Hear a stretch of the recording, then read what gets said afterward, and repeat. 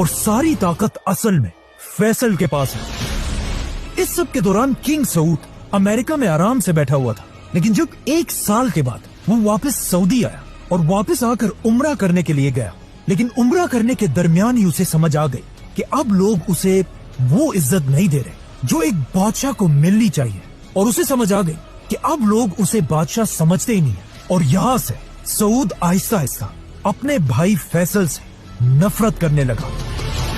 اور صرف یہی نہیں بلکہ اس کے عیاش بیٹے اسے فیصل کے خلاف بھڑکانے لگے، کیونکہ فیصل نے آتے ہی ان سارے شہزادوں کی عیاشیاں ختم کر دی تھی۔ تو اب سعود اور اس کے بیٹے مل کر فیصل کو ہٹانے کی سازش کرنے لگے۔ سعود اور اس کے بیٹے پیسے دے کر لوگوں کو فیصل کے خلاف کرنے لگے، جس کا فیصل کو اچھی طرح پتا تھا، لیکن فیصل نے بادشاہ کے خلاف کوئی قدم نہیں اٹھایا۔ اصل مسئلہ تب بنا جب سعود نے فیصل کی طرف ایک لیٹر بھیجا جس میں لکھا تھا، فیصل،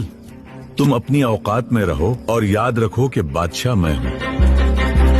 اور میں تمہیں حکم دیتا ہوں کہ میرے 2 بیٹوں کو سعودی عرب کے ٹاپ منسٹرز بنا، ورنہ میں اپنی رائل فوج بھیج کر تمہیں گرفتار کر لوں گا۔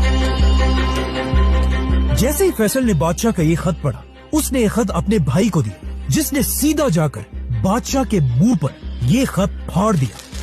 اپنی یہ بے عزتی دیکھ کر بادشاہ کو بہت غصہ آیا، اور اس نے فوراً اپنی رائل فوج فیصل کو گرفتار کرنے کے لیے اس کے محل کی طرف بھیجی۔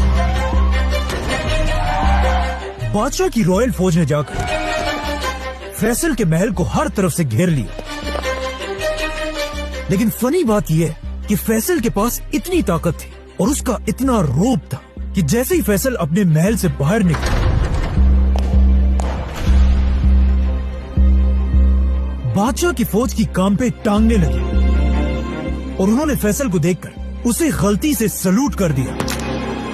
جسے دیکھ کر فیصل ان گارڈز پر ہنسنے لگا،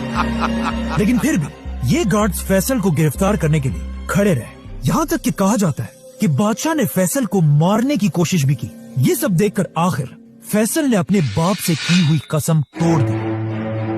اور کہا اب اور بس ہے۔ سعود ساری حدیں پار کر چکا ہے۔ اب سعود کے پاس